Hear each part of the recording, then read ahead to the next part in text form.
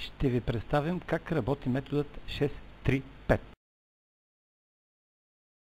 Методът 6-3-5 е вид мозъчна атака. Ние познаваме тази методика. Група хора се събират и генерират идеи. Да, по принцип работи така, но в някои случаи ситуацията може да бъде съвсем неуправляема и объркваща. При метода 6-3-5 нещата са по-ясни и процесът е структуриран. 6 души написват по 3 идеи за 3 минути. След това всеки предава написаното на съседа си.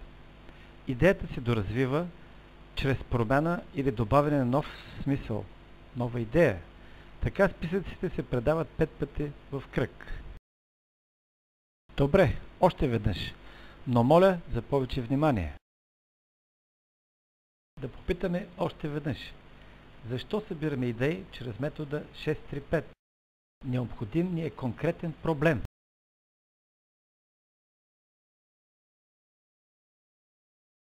О, маса! Това е добра идея.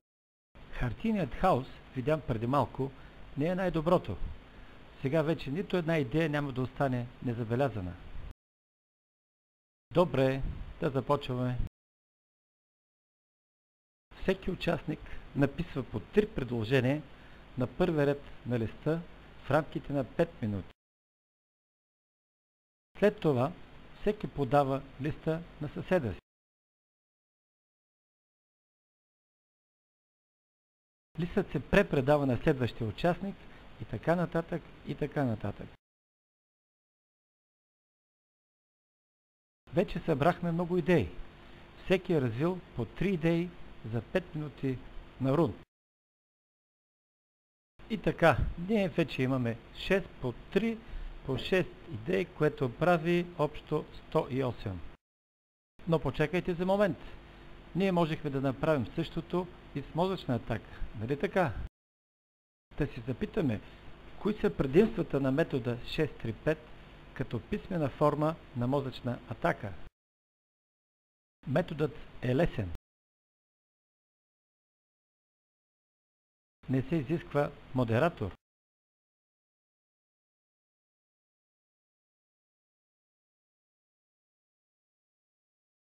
Ползва се иновативният потенциал на групата.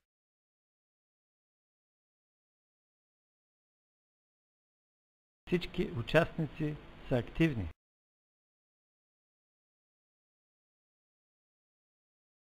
Няма предварителни дискусии.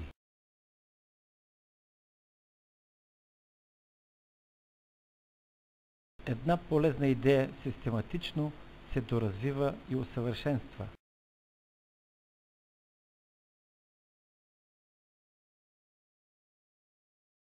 Авторът на добрата идея може да бъде идентифициран.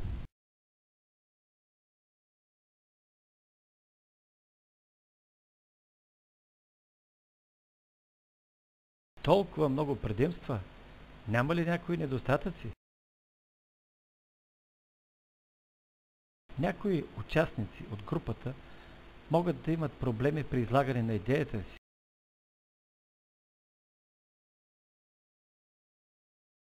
Участниците могат да бъдат притеснени от ограниченото време от 5 минути. Могат да бъдат генерирани и по-слаби предложения, тъй като индивидуалните такива не са резултат от групова работа. 7 предимства и само 3 недостатъка. Струва се да опитаме метода 6-3-5, нали? Нека да обобщим още веднъж. 6 участника събират по 3 идеи в писмена форма. Всеки участник има по 5 минути по 3 идеи. След това предава листа си на съседа. Това се случва 5 пъти, като 3 първоначални идеи от всеки лист се доразвиват от другите 6 участници. Ето, това е. Сега вече знаем как работи методът 6-3-5. Нека опитаме.